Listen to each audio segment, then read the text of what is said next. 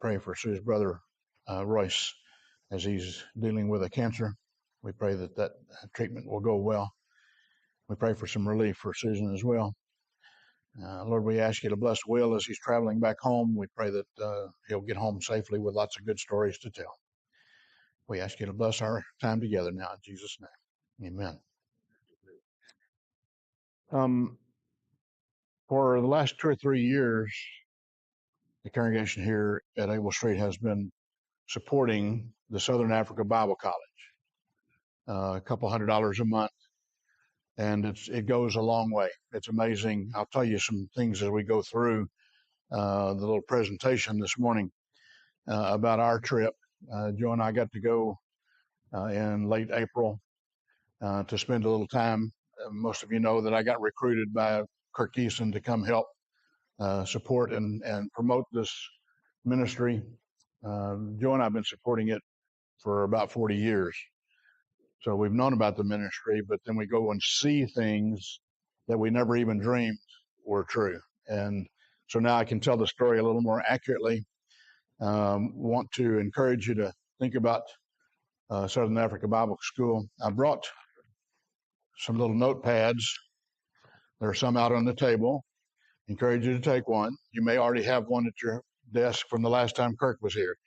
Every time you use this, every time you write a note on this, say a little prayer for SABC, okay? Is that a fair trade? All right. So those kinds of things I wanted to tell you about. Y'all are going to get a little bit of a travel log. I don't do this everywhere, but y'all have known us well enough to know some of the things we want to share with you, some of the things that we got to see. One of them is this Meadowlands Church. We worshiped at 4 different places while we were in South Africa. Meadowlands was 450 members. It's been established for a while. They present the message in English and then it's translated into Zulu.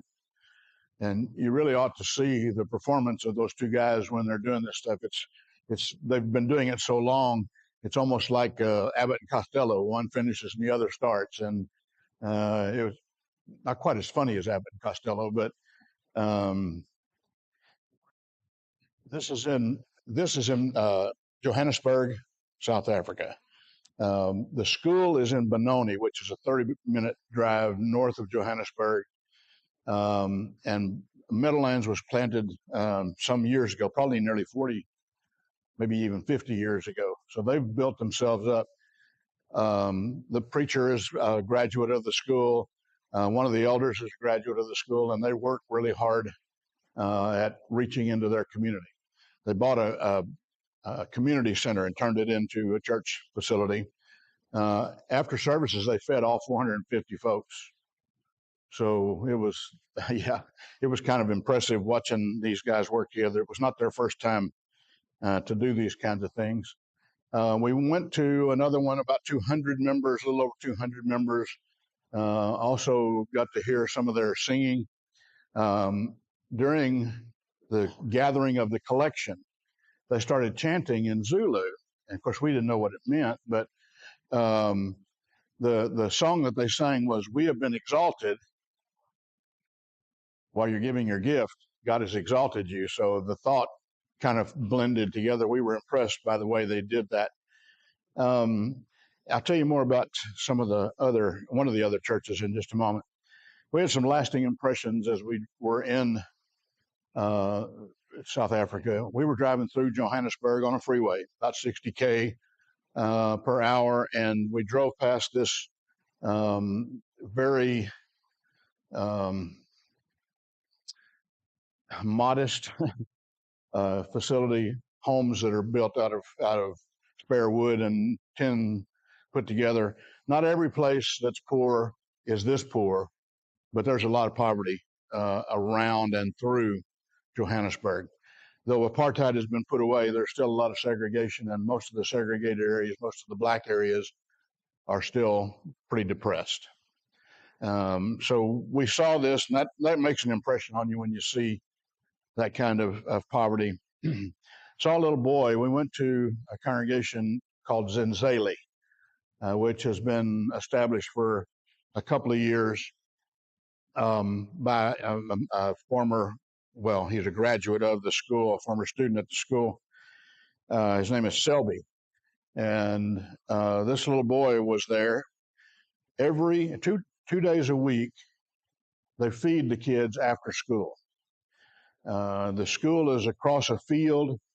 They could walk around the field down the street to get to the church building, but it would probably be a quarter to a half a mile if they had to walk around. So they walked through the cemetery to get there, which I probably would have done too when I was 9 or 10 years old to save having to walk all that distance. But you can see the look on the little boy's face. This is why he made an impression on me. He's not a happy boy, not a boy with a whole lot of hope. It doesn't look like to me. And I don't know whether this is a one-day occurrence, but his look made an impression on me. You can see he's got a handful of food. They feed them rice and beans twice a week, and they don't give them utensils. I think there are some traditions where they eat with their fingers in some places, but it may be that they just don't have the facility. They'd rather give the food than a fork. So we watched him at some length, and where he is one shed, and the other shed was where they fed. And these tall kids, we're guessing 10 to 12 years old, came outside the shed. Each of them had a plate of food. They were given a plate of food, each one. And if you can tell, there's something between them. It's a garbage can between those two kids, and they placed their plates of food on top. And they began to play rock, paper, scissors for who would get to eat. We couldn't believe. They played rock, paper, scissors. The tall girl won the first hand. The little boy had to go to the back of the line, hoping he'd get back up there with a chance to eat. I've never seen anybody gamble for their food when they're 10 or 12 years old. It's one of those impressions that I don't know. I can't tell you how they learned it. I can't tell you why they're doing it. You'd think that if they were all poor, somebody gave them a plate of food, they would eat it. But somehow or another, they think this is a game, or they think they're gambling, or they think they can take advantage of one another. So that impression is going to stick by me for a long time. This is Selby. He's teaching those kids Jesus will lift you higher, higher. So there is a lot of joy there, and there's about 40 members that are gathering on Sundays now. At the feeding, there was more than that, because some of the kids, some of their parents, some of their grandparents were gathered.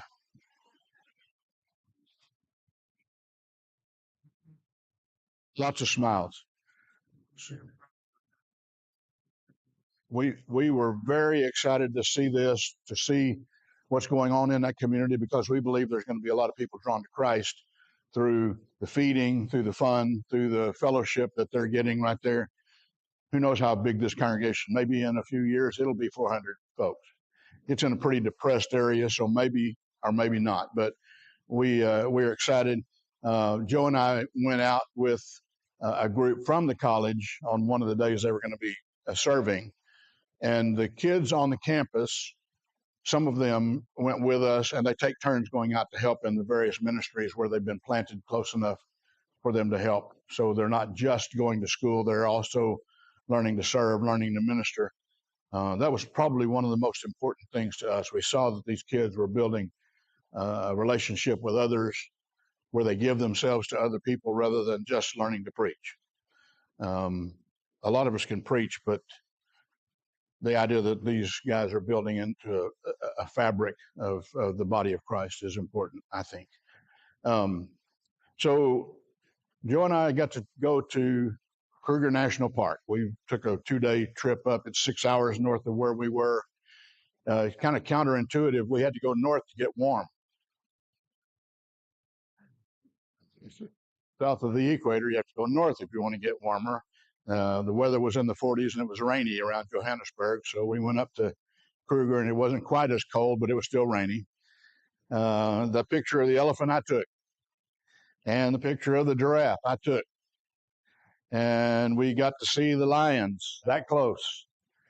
Yeah, pretty impressive to us, things that we also won't forget. On the left-hand side is a picture. You can't really tell right there, but that's some vultures that are down in a ravine, and they're feeding. And as we watch the vultures, we moved away from there, and the lions went right in front of our vehicle. And I told the driver, I think they're going down to where those vultures were. We backed up a little bit, and when the lions arrived, the vultures weren't hungry anymore. It was kind of fun. On the right-hand side, you may or may not know, but herds of elephants are usually almost all female. Matriarch leads and decides where they're going to eat and when they're going to go to bathe and what trails they're going to take. And we watched this matriarch lead her little troop across all different ages, all different sizes. You can see they've been to the water. They were that close to us. And I don't know about out here, but they don't frequent Houston very often. So it's different. You've seen them in the zoos, you've seen them on the Tarzan movies, but seeing them up close and personal was pretty spectacular to us. We also went to the Mandela House, which is in Soweto. It's a somewhat depressed area. You can tell it's not quite as depressed as the little shacks that I showed you a little bit earlier. This is where he and his wife raised kids and worked toward apartheid and self-governance. And then later, of course, he became a national hero. He ended up becoming a president of the new South Africa under their new government. This is in Pretoria, which is the capital of South Africa. One of the things that the guy that led us was president of Southern Africa Bible College. His dad, Fred Berg, was a government minister in Pretoria during the apartheid time when they were moving toward putting that away. His name was Fred Berg. He was on the team that wrote the new constitution for South Africa, allowing for everyone to have equal opportunity. He then became the UN ambassador from South Africa. And when he finished that term, he became the president of Southern African Bible College. So they've been led by qualified, capable men, not just preachers, but guys who have some idea about how to establish things and how to run things and those kinds of things. We thought it was important when we realized that kind of leadership has been involved for all these years. Mandela? No, Fred has passed. His son is 50-ish. He's doing the same work now. Yeah, and he had been in a construction area running a pretty big company, and now he's running the Southern Africa Bible College. His name is Marcel Berg. South African Bible College at 60 years old. Was started in 66. You may have heard this story already, but when they were converting folks, Eldred Eccles, do you remember the name Eldred Eccles? I think he was killed in a plane crash back some years ago. But Eldred Eccles and Al Horn, who was South African, had been converted and was helping to preach the gospel. They sent some men to the States to be trained so that they could preach and come back. And you know what happened? They stayed in America. And they decided that the best thing to do was to establish a school on the continent to train folks to evangelize the continent. So it started in 66 on the same ground where this facility is now, under a tree. They had only a few students. Now this is the main facility on the grounds. In the middle, the tallest part of the building at the back is big enough that it's tall. They can have all kinds of things in there, including if they wanted to play basketball, they could do that. But they do their workshops. They do all kinds of things in that facility. Down the sides of the facility are classrooms. Joe and I got to go to class with the kids. We went to 4 different classes while we were there. Heard the instructors, got to see the quality of the men and the depth that they're trying to go. We just got a taste. But I don't think they were putting on a show just for us. I think they were teaching as they would normally have taught. So we went to classes. We stayed in the dorms on the outside of the middle, our dorms. The one on the right here is for the ladies, and the one on the left is for the gentlemen. There are 54 students on the campus now. They had to turn away people this year and last year. First 2 years they've ever had to turn away applicants. The school is full. They have no more facility for anybody else at this point in time. So 54 students are on campus learning the gospel. Every day they take turns doing some activity in serving or being a part of what's going on the campus, either serving meals, cooking meals, cleaning up, other kinds of activities. Some of them serve as drivers once in a while. So they're involved in the life of the campus. They're interacting with their instructors and with the administrators in ways that it impressed us. The administrators and the instructors are spending time with these kids. They're mentoring them.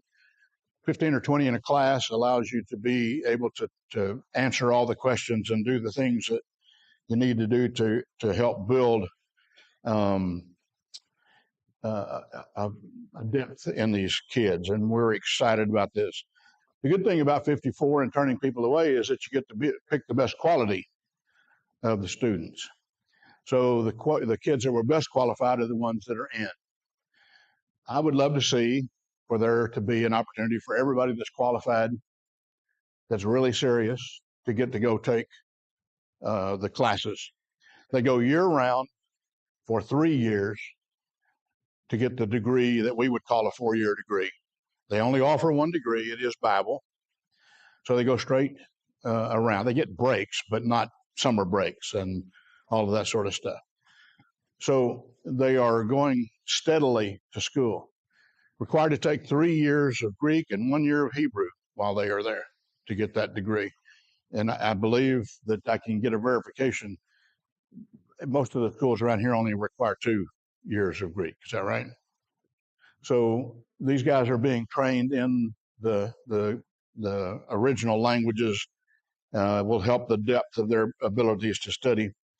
The good thing about the kind of quality that they're getting is that these kids are coming in with the intention of learning. Some of them, most of them, it seems, are being sent by the congregation, small congregations in small places that don't have a lot of folks for depth to be able to teach, to be able to support and strengthen the church to become more functional.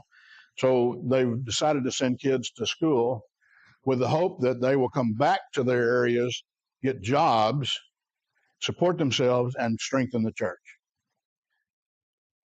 That's pretty typical. There are quite a few students, of course, who want to come and want to become evangelists. They want to become those that are reaching out, taking the gospel to places on the continent. And if you're somewhat familiar with Africa, the southern part is pretty amenable to Christian ideals, Christian morals. The northern part of Africa, that's just not so. So the idea of some of these young people getting trained to be able to go into those areas in northern Africa where the Muslims are really predominant is an exciting part of the possible growth. The kids are exceeding the requirements of the government. They are accredited by the government in Pretoria, and they're exceeding the exit level exams that are given to all the students in every college that's accredited by the nation. I started to say state, but by the nation, and they're superseding the minimal requirements. Some of the kids are even being recruited by the bigger schools, wanting them to come to campus to further their education. You know, some of the schools want the best minds and the brightest students to be on their campus so they can point to them and say, look who we've got. Well, the fact that they're being recruited is to me a demonstration of how well they're being taught at this point in time.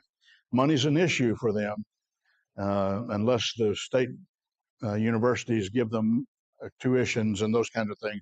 It'll be hard for these kids to be able to go because there's just not much money in most of their lives at this point in time. One of the other things that really pleased us, they are a nonprofit organization. And though there's a lot of corruption in a lot of places, even in South African government, the government is scrutinizing the school pretty closely to make sure that every dollar they say they have raised and is going to training students and preachers is really being spent for students and preachers. And while we were there, an auditor called and he had not been able to find one padlock out of all the list of things that had been audited. And he demanded that they find the padlock or remove it from their list. One of the ladies knew where it was, went and got it, verified the number. If you're giving account for every padlock, to me that says a whole lot. When I give money to somebody, I like to know it's going to the somebody rather than somebody skimming it, rather than somebody misusing it in any way. So the idea that they're giving account is to me a very positive thing in what we learned while we were there. The mission of the school is to train the kids. Yes. Let me talk about that when I get there. Okay. I've got some hopes and dreams and projects. All right. The intention, according to 2 Timothy chapter 2, is to put the gospel in the hands of those who will put the gospel in the hands of those who will put the gospel in the hands of those. I built a ministry on that for 47 years. I wanted to be sure that the ones that were coming behind me had something in their hand that they could deliver to the gospel. So this suits me just right. I'm very happy with that intention. I want the gospel to go on when we're not here anymore. So these young people are getting trained. I got to teach on the last Saturday we were there, and they had the rows all set, and I put them in a semicircle. I wanted to be right in the middle of them. I wanted to get as close as I could to feel the energy and to share my energy. I had a free rein that day. They told me whatever you want to tell them. So I shared with them some what I would suggest advice about how to become ministers and what to do as a young minister. And then I told the story about the red sunshades, one of my favorite stories. Of most of you remember, I hope, that the little girl that had the red sunshades. I had the red sunshades for her, but I told that story. And then I shared with them the tool of Jesus Calls and some of the ways that I use the Jesus Calls so that they have a resource in their hand and maybe a way to use those things. So I got to spend about an hour and a half doing that with the kids. Joe was in a session with the ladies over in the, what do they call that room, Joe? The multifunction room, the big room in the big part of the building. I was in the upstairs of the library here. So the priority for the school, first priority, is the students. To train them, to teach them, to prepare them. To do that, they have to feed them, house them, and educate them. The cost of educating a kid, room and board, is about $300 a month to feed and house these young people. The cost of books and tuition is about $400 a month. So if you wanted a student to be the one that you were supporting and you wanted to give up to $300 a month, you could get reports from these kids. I've got some at the end of my PowerPoint. We're not going to go into them today, but we met some kids who gave testimonials about what they're doing and then gave gratitude to the folks that were supporting them. So either 300 or 400 to educate them, or 700 to do the whole thing. It will take care of a student for $700 a month, you can take care of a young person. These young people are studying for a project that had been assigned to them. Three of them were working together in the multi-purpose room, and you can see the size of the books. One of them is Josephus, if you're familiar with Josephus. But they're working together, and they were gonna sit for their midterms just a few days after we were there.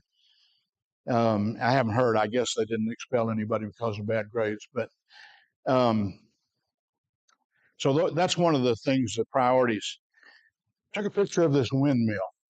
Some of you probably had windmills that drew water out of the ground to irrigate or to water your cattle or something like that. Is that true of anybody here? Some of y'all know about those kind of things. Well, they used the windmill for a while. Now they made it a borehole with a submersible pump down into to the ground, to the well. And the reason that they need this is because the municipal water and the municipal lights are not dependable. While we were there, at least 3 nights, there was no lights. And the kids are told, bathe before dark because you may not have water after dark. If you sent your kid off to a university and he was told he couldn't take a bath after dark, you might want to do something to fix that, right? Well, the goal, one of the projects that's underway right now, in fact, in the next few weeks, if not already finished, they are putting in a solar panel with enough battery to be able to sustain the campus in those hours and days when the municipal power and water are not functioning. They need the electricity because if the electricity is out, the pump won't work. So they need the electricity to be able to do all of this. And I think it's a worthy project. It's going to cost $40,000 to do this project in all. About $30,000 has already been given. So we're getting close to being able to put that cost to rest. One of the other things that's going on in a similar vein, one of the men that is on the board, he's South African, has been pretty good in his entrepreneurial efforts, and he has donated the infrastructure for fiber optic internet dedicated to the school. If you're going to college these days, you think internet might be important? It would be if you were at A&M, wouldn't it? Or if you were at Texas Tech, you'd want your kids to have access to the internet all the time. They can get internet access if they go to the library, use the computer in the library. A lot of them have their phones. Almost all of them have a phone. What the intention is with this project is to make internet available unlimited all the time to the young people on the campus. That's pretty good, I think. So that these kids will have access all the time. That is going to cost, the infrastructure is there. The server, the provider, is going to cost about $400 a month to be able to buy the internet service that will be dedicated to what's going on on the campus. I believe those projects are extremely important. There is a desire for growth. Ace asked a little while ago, if you had people wanting to come to your school, you'd want to give opportunity for them to have a place to live. This is my perception, and I've even called back and told the president of the school. Joe and I talked to him after we'd gotten home and thought through some things. Rather than just build a big facility and say, here, y'all come on, whoever, we'd like to see something of an incremental. If they've got guys that are wanting, if they could get another 15, 16 students and you built 2 or 3 quadruplexes for the students that would come right now, you'd be able to continue to do what you're doing without really changing much of your philosophy. You start building buildings, you have to have more staff. You have to have people manage the kids. You may not get the same quality of kids, and it may do some things to dilute. But the dream is to educate everybody that wants to come to learn the gospel and to go and to do either support work in their congregations or evangelizing. There is some married housing on the campus. We didn't find anybody that well, we found one guy who's about to get married, but he's putting it off until they have room for him and his wife to. So the marriage has not taken place, but they do have some married housing. There's a lot. There's 22 acres here. They have several buildings on the campus, but not all of them are living facilities. So it is one of the things that they know they have to do. But to grow this thing and to continue with the quality of product that they are already involved with, I want it to happen. I want the Lord's will to be done. If He wants 100 students on the campus, we'll find the money. The buildings will be built. 100 people will be there. So whatever the Lord wants to be done, it's not about me and what I think is right. It's what He thinks is right. So let's just pray for the school and let Him open the doors that He wants opened to as many kids as can possibly be trained for that work. Okay. Is it in the city? It looks like I don't see every city around. It is in the city of Benoni. It is a gated community. Crime is pretty high in South Africa, and so it's a gated, and they've got a guard on the gate, 24/7.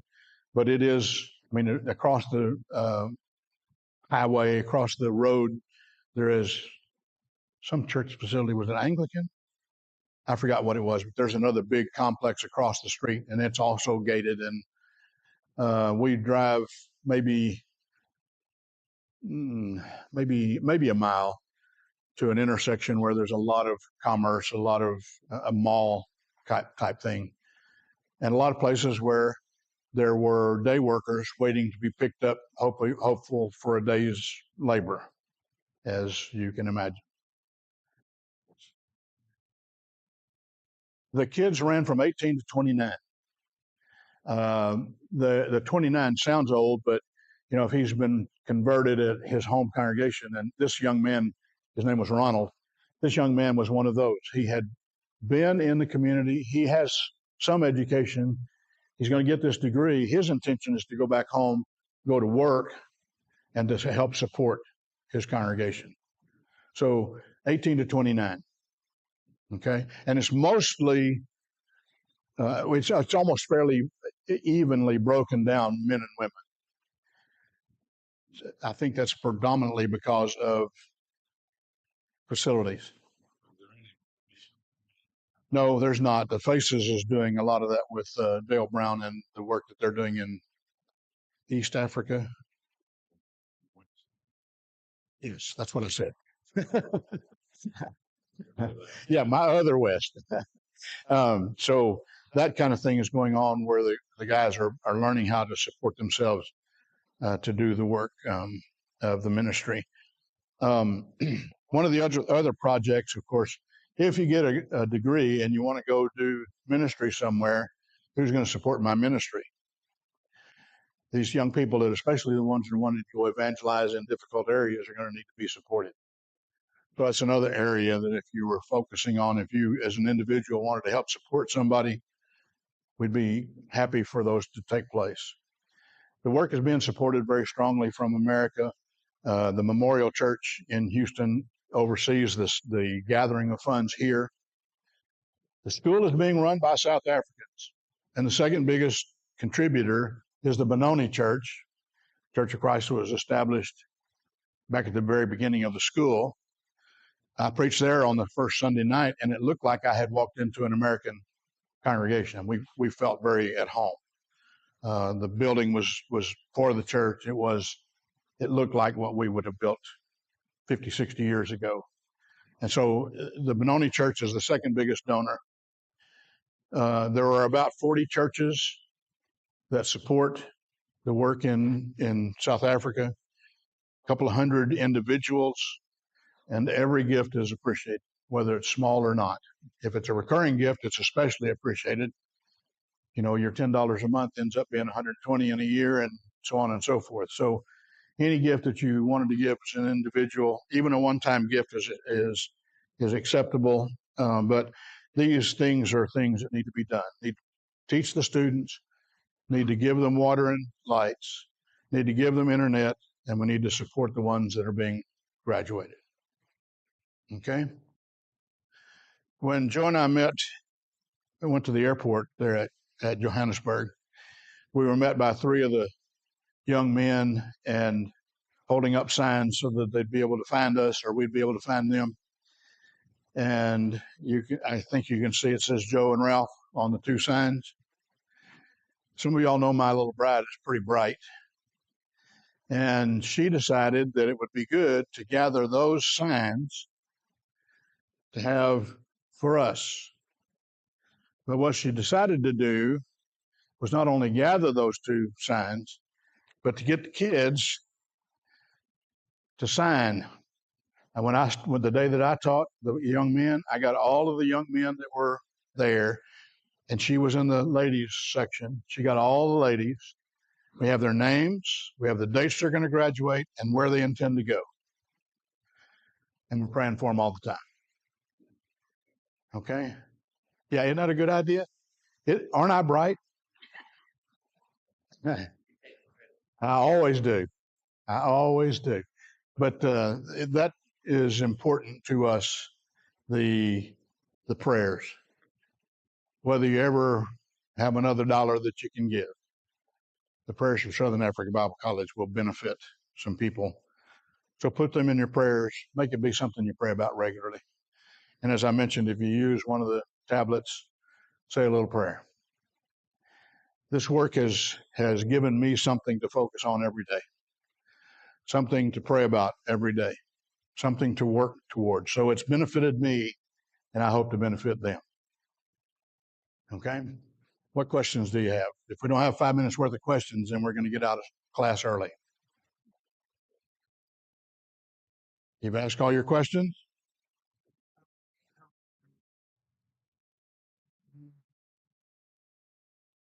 I can't answer that particularly because we were mostly in the city setting. I know that there's some people from Limpopo. I know there's some from Zimbabwe. I know there are some Zulus there, but I don't know the exact situation. That brings up something that came up this week. There have been some reports in American newscasts about white farmers being mistreated over there. Have y'all heard that stuff recently? Well, there are some white farmers that are being mistreated. The crime rate is very high there. And if you can find somebody that looks like an easy target where you might be able to gain something from them, you take it from them. The evidence is that it's not genocide. It's not black on white. It's whoever is a target. They're taking stuff from black farmers as well. I had to find this out for myself because I wasn't even aware it was going on until this week. But it meets some political aspirations to play up this situation, to bring the white refugees from South Africa into town. It's appealing to some. The big problem that the U.S. government has with the government of South Africa is that their traditional allies, trading partners, are now deemed to be unacceptable people to deal with.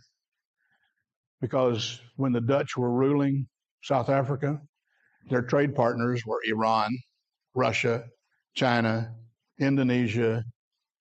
I mean, there's a whole list. I even brought the report today in case somebody needed to read it in the ongoing activities. But some of the political situation that we are hearing, there's no evidence that there's genocide.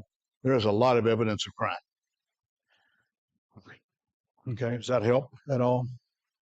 I don't want anybody to say, well, we can't give to South Africa because it's not safe. It's not somebody we want to deal with. While we were there, we felt no animosity toward Americans at all. We were in the city. We were in the park. Everywhere we went, the sentiment was welcoming and open arms. The president of the school, Marcel, told us that the man on the street doesn't feel the things that are going on between the two governments. That's what he said. I'm just reporting because I don't know. But I wanted you to know that because when I heard that, I thought, oh, people are going to ask about that. You know, if it comes to the newscasts, somebody's going to want to know.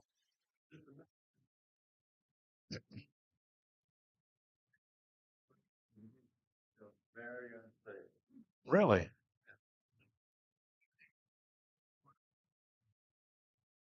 Well, I hope you'll point those out to me so I don't go through any of them today.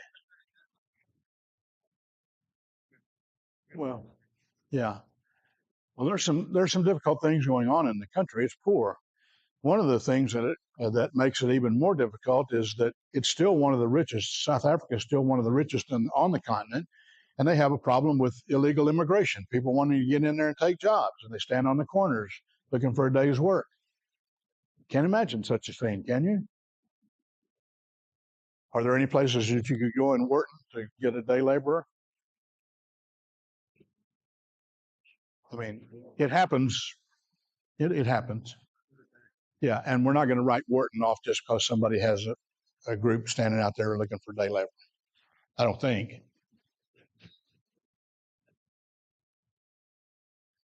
I can't answer the question. I don't. I'm sure that if there is any retribution, it will just be legal actions and jail time and things like that.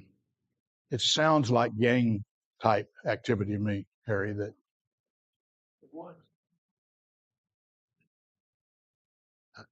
That's what I say. I don't know. You know, it seems like that if you, yeah, they're. It's not they intend to take over the farms. They're taking the stuff from the farm, the equipment, and they think that farmers must have money stashed somewhere. You know, the way you keep all your money under your bed. No. So they're that's the good point, Joe. They're not trying to become the farmers. They're trying to take the stuff from the farmers. Like firearms illegal. Don't know. Don't know.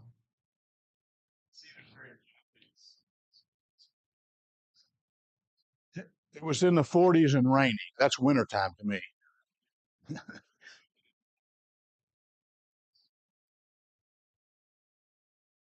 Only when the lights and power are on, we got under sheets and blankets. It wasn't bad. I mean, you know, 40s you can get warm from. If it was 40 below, I might have had a little different take on that, but 40 is not too bad. Yeah. Did they have clothes? Yeah,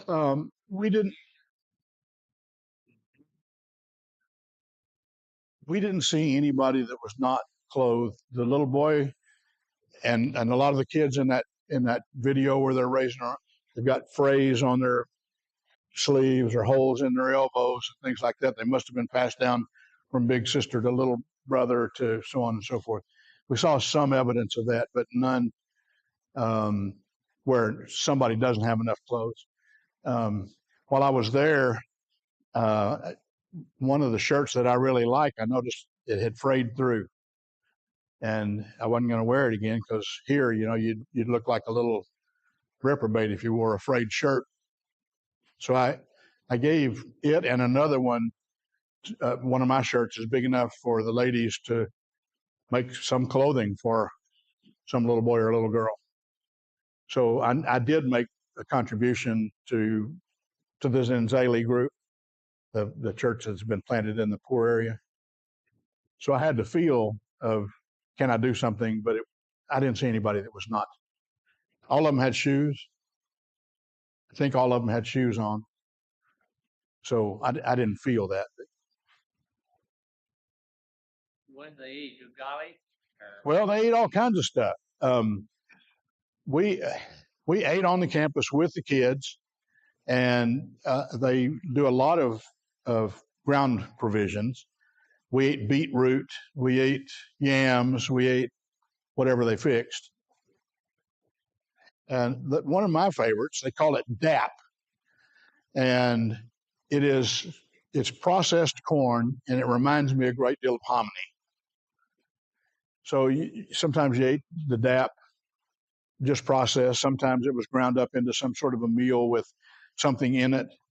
We had some chicken with some sauce on it that was not hot. It was not hard to eat. Do they grow any?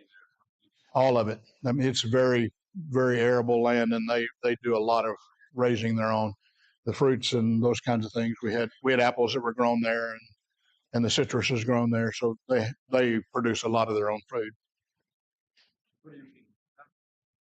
I mean, they can grow the farm on the farms or the orchards they have. No, not on the campus. No, not on the campus. Oh, on the campus? No, not on the campus. Mm-mm. So they purchase them. Yes. Yeah. And the kids take turn preparing it and serving it and cleaning up after it and those kinds of things. Okay, thank you for all that you've already done, for keeping us in the prayers, and for letting me have a few words with you this morning. I hope it was beneficial to you. God bless.